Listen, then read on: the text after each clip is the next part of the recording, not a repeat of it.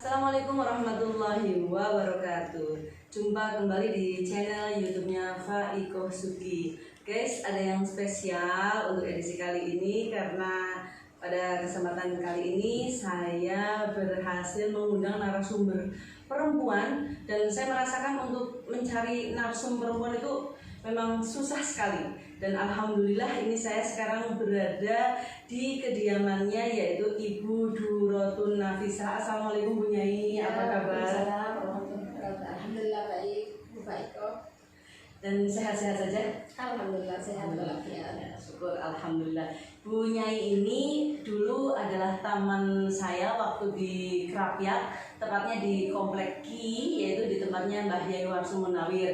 Jadi ini kesempatan juga saya dengan Bu Nyai Nafis untuk bisa saling temu kangen ya Bu Nyai. Iya, betul, kangen sekali. Karena sudah berapa puluh tahun juga kita nggak ketemu dan alhamdulillah kalau beliau itu benar-benar menjadi nyai, sementara nyai asli, sementara saya itu jadi nyai KW. Nah, KW itu berapa gitu. Makanya ada kesempatan saya mau berguru kembali biar merefresh ilmu-ilmu dari beliau juga semasa di pondok dulu ya guys ya. Mudah-mudahan ini menjadi satu konten yang bermanfaat gitu ya Bu Nyai ya. Betul. Ya. Saya alhamdulillah bisa berguru ngaji lagi ke Ya, Bu Nyai Nafis gitu ya. sekalian. Dan sebelumnya saya bacakan karena beliau sosok wanita yang tangguh luar biasa, aktivis, kemudian juga dosen, belum lagi dengan jabatannya di kampus yang beraneka ragam itu. Beliau juga organisasinya sangat aktif di dua organisasi sekaligus ya Bu Nyai. Di Muslimatnya jalan, Fatayatnya juga jalan. Jadi ini sebetulnya Bu Nyai Nafis itu muda apa kesepuan ini ya? Masih di Fatayatnya juga masih aktif. Sudah bukan 17-an gitu. 17 ya, 17 tambahannya di berapa itu? Dan kita kolaborasi dengan studio daring Fathul Moin dan kemudian juga dengan channel YouTube-nya Bu Nyai Duroh Channel ya, namanya Duroh Channel gitu Bu Nyai. Dan untuk biografi beliau ini, beliau adalah Bu Durotun Nafisah MSI. MSI-nya ini dari UIN Yogyakarta. Lanjutnya yaitu beliau juga pernah kursus tentang pra program S2 di UI Jakarta pada tahun 98. Kemudian juga forum kajian kitab kuning FK3 Puan Amal Hayati.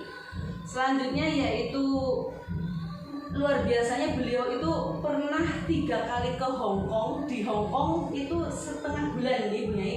Jadi setengah bulan itu untuk mengisi pengajian, pencerahan kepada para TKI, TKW, kemudian mengisi lagi setengah bulan lagi, kemudian mengisi lagi sampai 3 bulan, sampai 3 kali. Nih. Terus beliau juga pernah mengadakan halaqah fiqhun nisa di Jakarta dan kemudian mengajar yaitu mata kuliah analisa gender dalam hukum keluarga. Dan kali ini kita akan mengangkat tema yaitu tentang kesetaraan gender. Bu Nyai ini dan pakarnya karena linear sekali dengan apa yang biasa beliau bawakan di kampus. Bu Nyai, ini kan masa pandemi di mana banyak sekali suami-suami yang naudzubillah min dzalik kehilangan pekerjaan. Ya kan? Bagaimana bila seorang perempuan mengambil ruang laki-laki untuk bisa bekerja di luar rumah? Apakah ini secara perspektif hukum Islam atau syariah, apakah ada batasan-batasan ketika seorang perempuan ingin membantu suaminya terus kemudian bekerja di luar rumah membantu nafkah keluarga? Yes, ya. Pertanyaannya hebat sekali ya. Oh, iya. Ya mudah punya Nafis harusnya. Sejak dari dulu memang hebat nih teman the best saya. Amin. Alhamdulillah kita sering didhawuhi Pak Warsun ya, yang teringat suruh ngitung besi ya. Terus ke apotik mana itu Kalau ya sering pakai kacamata saya. Malam-malam suruh ke Malioboro pakai sarung beli obat, banyak kenangannya. Suruh melobi proyeknya Pak Kiai juga ada. Ya pokoknya gitu ya, sering didhawuhi Pak Warsun ya. Ngajinya agak teringat tapi ketika didhawuhi teringat sampai sekarang. Karena saya terkenalnya kan kalau disuruh ngebut. Nah, Ya, jadi Bapak itu the best. Dari dulu sudah menonjol ya. Amin ya Dan Allah. sekarang menjadi YouTuber. Aduh. Ya. Begini Mbak Baik ya. Iya. Tadi yang saya sampaikan itu ya anggap saja itu barokah kita berdua waktu di Krapyak. saya di UI Kajian Wanita di Hongkong, di mana saya merasa itu adalah bagian dari barokah ketika saya sedikit belajar di Kerapia. Sebetulnya saya di Kerapia itu untuk berhikmah kata bapak saya, tapi kok tiba-tiba ngaji berhikmah. Saya sebetulnya niatnya berhikmah. Ini tentang apa, di masa sekarang pandemi ini banyak perempuan yang kemudian harus bekerja di luar rumah mencari nafkah atau lainnya. Sebetulnya bukan hanya masa pandemi ya, sebelum pandemi juga banyak sekali perempuan yang melakukan pekerjaan namanya pekerjaan publik atau pekerjaan reproduksi, yaitu pekerjaan yang menghasilkan baik jasa maupun uang ya, dilaksanakan di luar rumah. Bagaimana dalam pandangan Islam? Kalau dalam pandangan fikih, kewajiban memberi nafkah itu adalah kewajiban suami terhadap istri secara fikih, ya kan? Termasuk di antara kewajiban suami adalah menafkahi istri dan keluarga, kewajiban secara fikih. Tapi kita tahu bahwa namanya rizki itu kan hak prerogatif otoritas Allah semata. Kita wajib berikhtiar, tetapi yang memberikan Allah, dan Allah tidak bisa diatur oleh siapapun.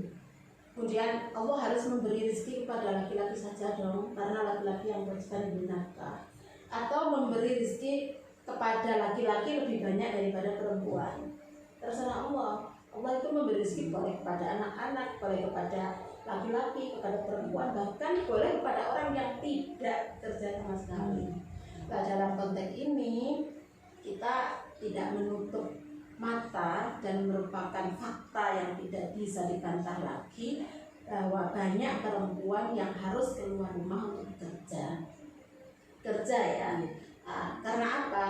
Karena pekerjaan suami atau penghasilan suami dirasa tidak cukup untuk memenuhi kebutuhan keluarga. Yang kedua, bukan tidak cukup, memang suami tidak bekerja. Tidak bekerja itu ada suami yang malas, ada suami yang sudah mencari kerja tidak mendapatkan, ada suami yang tidak bertanggung jawab kabur, ya kan?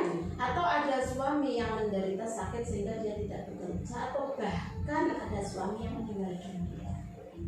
Nah, dalam kondisi yang demikian, banyak perempuan-perempuan yang solihah yang kemudian selain dia melakukan pekerjaan-pekerjaan rumah, ya, namanya pekerjaan domestik, ya, juga pekerjaan publik. Ya, jangan dibayangkan pekerjaan publik itu seperti Mbak Fai yang kaya raya menjadi direktur, itu menjadi dosen, menjadi hakim. Tidak, kita tidak menutup mata bahwa banyak perempuan yang bekerja di sektor-sektor periferi, sektor pinggiran, ya kan? Kita misalnya melihat perempuan-perempuan buruh gendong, banyak kan? Bahkan di beberapa daerah itu ada perempuan-perempuan yang juga ikut buruh bangunan, ya kan? Perempuan pembantu rumah tangga, banyak kan? Perempuan yang deret di sawah, perempuan yang apalagi yang jualan di pasar-pasar tradisional, iya kan? Ya, itu bagian dari peran perempuan yang belum direspon di dalam hukum positif. Karena dalam hukum positif, misalnya dalam kompilasi hukum Islam atau Undang-Undang Nomor 1 Tahun 2004 tentang perkawinan, Bapak juga SH ya, paham sekali. Itu nampaknya masih ada domestifikasi terhadap perempuan, bahwa kewajiban mencari nafkah adalah laki-laki, kewajiban perempuan adalah melakukan pekerjaan-pekerjaan rumah tangga. Nah, ketika itu maka akan terjadi yang namanya double burden.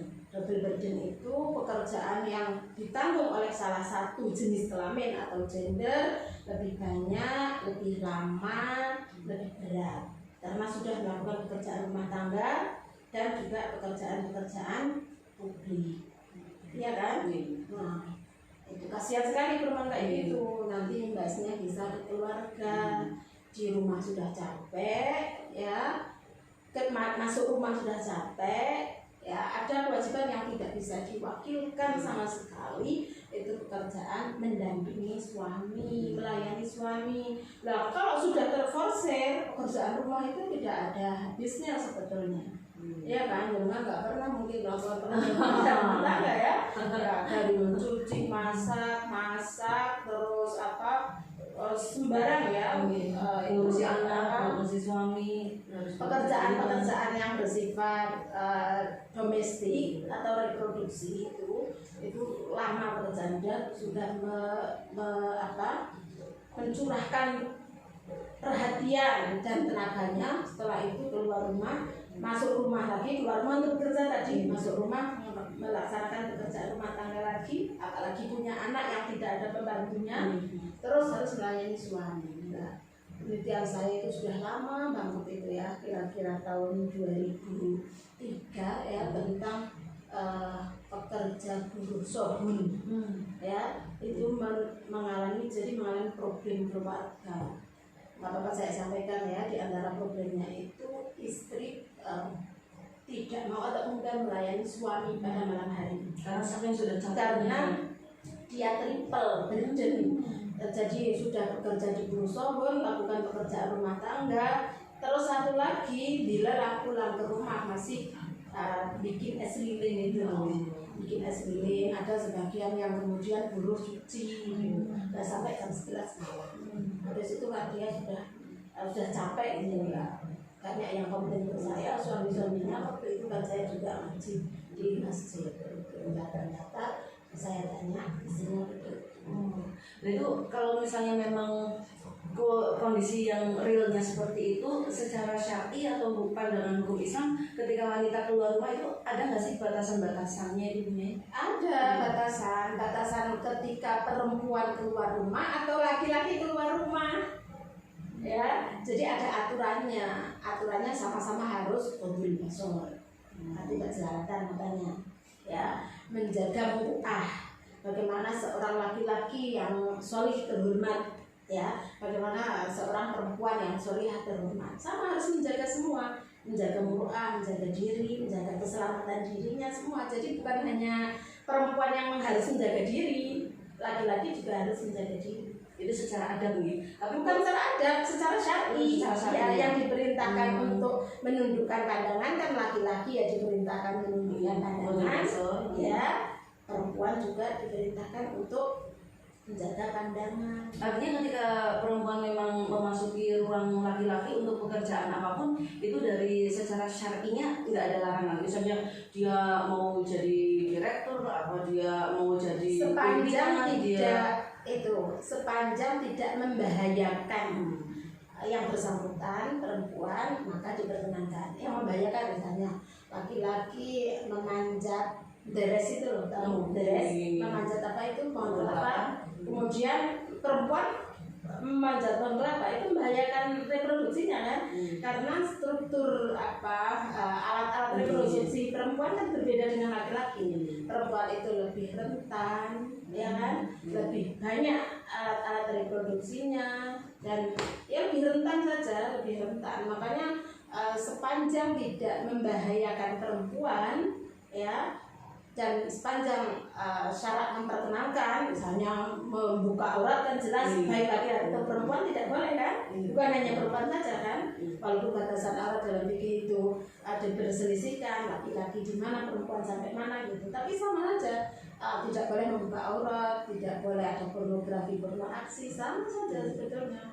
Jadi yang sekarang seakan-akan laki-laki bebas itu tidak, syar'i itu semuanya mengatur, ya. Laki-laki yang diatur, perempuan yang diatur, pekerjaan apa yang pada dasarnya sama, seluruh pekerjaan boleh dilakukan asalkan tidak membahayakan. Nah, derajat membahayakan laki-laki dan perempuan beda. Mungkin kalau laki-laki tadi deres, ya tidak masalah. Tapi kalau perempuan yang deres, itu kan ya, apalagi kalau dia pada saat tertentu sedang menjalani fungsi reproduksinya, sedang haid atau sedang hamil atau memiliki baby yang harus diperhatikan, sedang laktasi misalnya. Tapi punya kan juga wanita karir. berada di kampus. Yang Bu Nyai rasakan ketika misalnya Bu Nyai mengajar, ada semacam diskriminasi nggak? Misalnya ingin naik karir, terus kemudian secara honorarium, terus kemudian ketika mengajar mahasiswa kelihatannya perempuan kok yang ngajar, agak sedikit menyepelekan. Secara lingkungan ada nggak diskriminasi terhadap perempuan begitu? Alhamdulillah saya rasa tidak ada, tidak ada. Saya ngajar juga enjoy saja, mahasiswanya juga yang selama ini ya komentar-komentarnya, penilaian terhadap saya itu juga positif. Saya pikir nggak ada hambatan apapun di kampus ya, nggak ada hambatan diskriminasi. Perilaku lawan jenis juga tidak ada, ya tidak ada. Tergantung kita saja, karena prinsip saya itu kapan kita harus bersikap gerak ya tahu ya. Dan kapan kita harus bersikap tegas ya. Kalau ada laki-laki yang saya mungkin fasih gitu, kelihatan agak saru gitu, maka kita wajib bersifat judes ya, bahkan judes gitu. Tapi kalau laki-laki baik-baik seperti yang selama ini saya lihat, ya biasa saja, nggak ada diskriminasi. Misalnya ini pekerjaan ini harus laki-laki, berdasarkan jenis kelaminnya itu tidak ada, lebih kepada berdasarkan kualitasnya. Tapi tetap masih ada saja yang perlu diperbaiki di kampus, misalnya jadwal. Sekarang sih masa pandemi semuanya daring ya. Kalau pas nggak daring, masih luring misalnya. Jadwal itu saya pikir kalau perempuan di jadwal jam 7 ya, 7 pagi. Jam 7 pagi bagi beberapa perempuan itu mungkin kendala, terutama yang memiliki balita kan. Karena pada saat itu jam 7 itu produknya jam 7 suami kerja, misalnya anak kerja atau anak mau belajar itu kan. Nah, itu mungkin perlu dipikirkan memberi jadwal kepada perempuan, atau jadwal kuliah malam. Ya, kuliah malam itu bagi saya sangat tidak menghormati dan menjaga perempuan. Tapi itu tetap dilaksanakan oleh kebijakan kampus nggak? Masih ada. Tapi karena menyadari juga ya, karena katanya kendala ruang. Tapi di beberapa kampus itu seperti di Jogja juga tidak ada jam malam. Maksudnya gini loh, kalau jam malam itu pada malam hari itu kan kontrol sosial lebih rendah daripada siang hari kan. Nah, kalau perempuan malam hari misalnya yang di pondok sini di Bandung mungkin ke kampus ya, kira-kira kan 10 menit ya, pakai motor misalnya ya, kita mesti harus memperhitungkan hal terburuk kan. Misalnya kuliah listriknya mati, pakai motor banyak gembes, hujan misalnya, itu kan perempuan lebih rentan daripada laki-laki, iya kan? Nah, itu yang mungkin laki-laki kadang tidak berpikir seperti itu, karena kita menyadari bahwa yang paling mengerti tentang perempuan yaitu pemilik perempuan, yaitu Allah dan perempuan sendiri. Laki-laki tidak pernah berpikir begitu, karena laki-laki tidak apa-apa malam hari lari-lari itu nggak apa-apa kan, tapi kalau perempuan, dan kita jarang mendengar atau bahkan belum pernah mendengar kalau pemerkosaan itu dilakukan oleh perempuan terhadap laki-laki. Iya kan? Belum pernah ada. Saya belum coba di googling lagi. Iya. Nah, itu yang lebih rentan kan perempuan. Nah, itu secara syar'i kalau sampai membahayakan manusia itu harus dihilangkan. Darul mafasid muqaddamun ala jalbil masalih. Nah, itu sudah banyak buktinya. Keluar malam ya, karena kontrol sosialnya rendah. Kalau siang kan misalnya terjadi apa-apa bisa minta tolong, banyak orang yang lalu di jalan terus kondisinya tidak gelap gitu kan, itu lebih rentan. Itu menurut saya yang harus banget diambil kebijakan segera agar anak-anak kita, mahasiswa kita ya itu selamat, terutama ya moralitasnya. Karena kita tahu bahwa mahasiswa kan usia-usia remaja, bahkan remaja akhir kan, itu kan sudah saling tertarik antara laki-laki dan perempuan, jauh dari keluarga. Kalau yang kos-kosan nggak ada yang kontrol. Di pondok kalau saya kan maghrib mesti saya sudah megang daftar hadir santri. Kalau nggak ada, saya sudah tahu kuliahnya jam segini kan kita sebagai ibu ya ditanya sedang di mana, dengan siapa, ya ngapain saja gitu kan mesti. Luar biasa Bu. Iya. Berarti santrinya sampai di absen. Iya begitu saya Jarang-jarang dan harus yang temennya yang tahu bahwa temennya itu sedang di pondok harus memberitahu teman kamarnya. Kalau enggak tak di grup.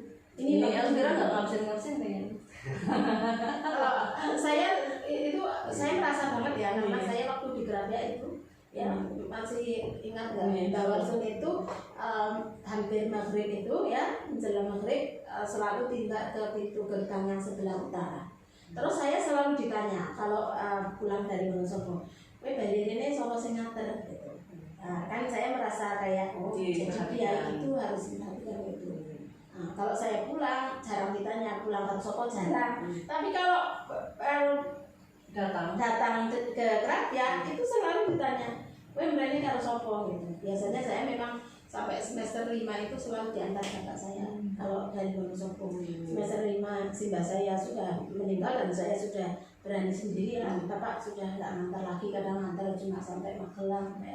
Jadi saya merasa di antara kewajiban kita dan cara kita menghormati perempuan adalah menjaganya.